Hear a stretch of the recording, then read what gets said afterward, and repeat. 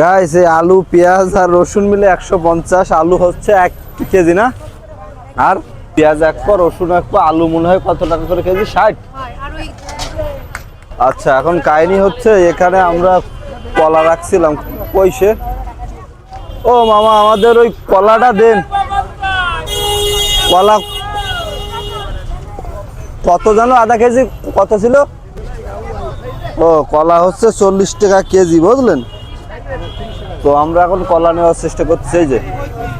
এই যে ধরেন,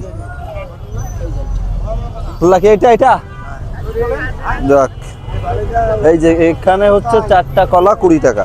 ঠিক আছে, সামনে আছে ভেন্ডি 80 টাকা কেজি।